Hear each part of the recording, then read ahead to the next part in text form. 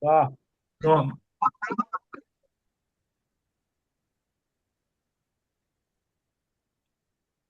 Então, nós paramos no nono princípio, que é melhor expresso na simples fórmula de alimento. Não ponho como critério para os outros. Ela não buscava servir de consciência para ninguém, nem fazia ataques contra a mesa daqueles que eram mais vagarosos em seguir a luz progressiva.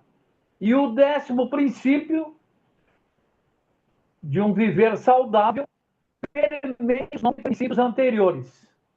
Devemos raciocinar da causa para o efeito. E isso talvez tenha sido melhor expresso no conselho de Paulo. Deus não se deixa escarnecer.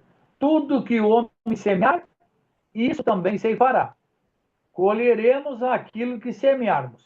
Gálatas 6:7. Esses foram os princípios de Ellen White com relação à saúde, e em nenhum momento, repito, ela disse que aqueles comilões de carne não herdarão o reino dos céus. Não há nenhum texto sobre isso. Testemunhos Seletos, volume 3, página 359. Não estabelecemos regra alguma para ser seguida no regime alimentar. Será que Ellen White comeu carne depois que ela teve a visão da reforma de saúde em Otsego, Michigan, a 6 de junho de 1863? Sim, ela comeu sim, mas não como parte regular de seu regime alimentar.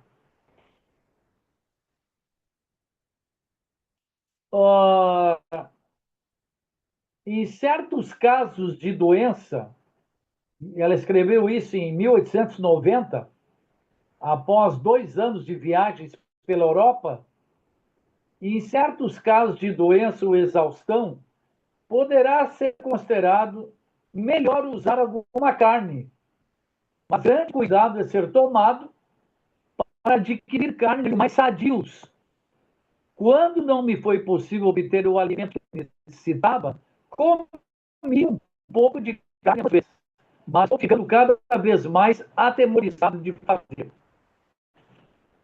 É claro que a gente sabe que a carne não é o melhor alimento, mas também não vamos fazer da carne um ponto de salvação, porque não é. Tá? Os primeiros adventistas, olha, veja bem, não compreendiam a distinção entre carnes limpas e imundas.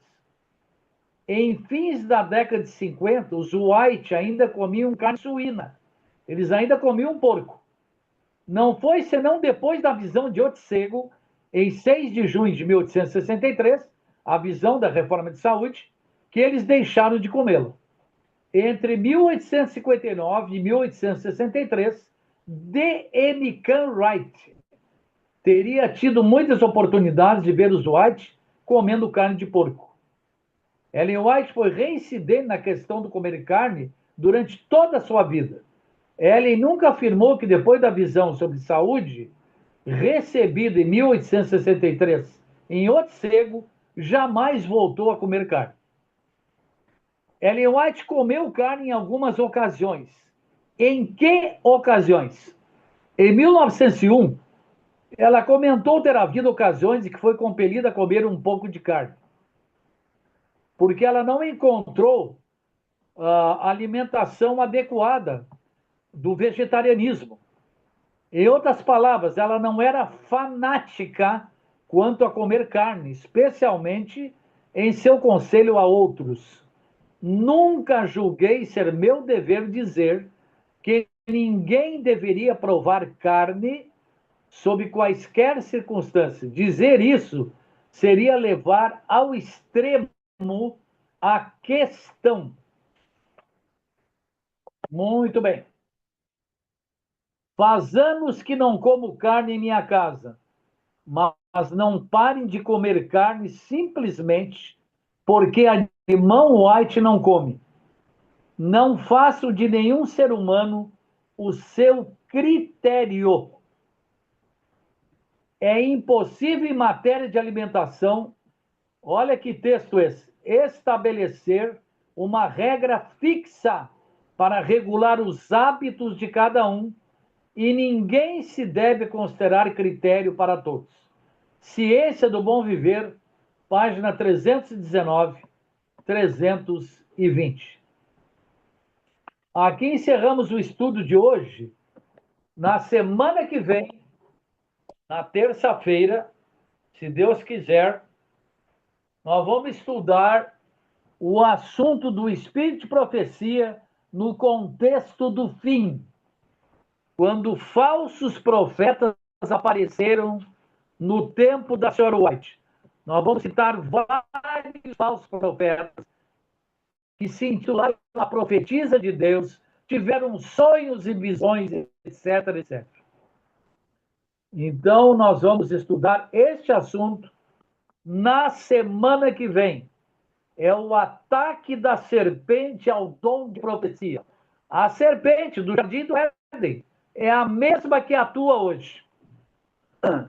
E nós vamos ver o que vai determinar a sacudidura.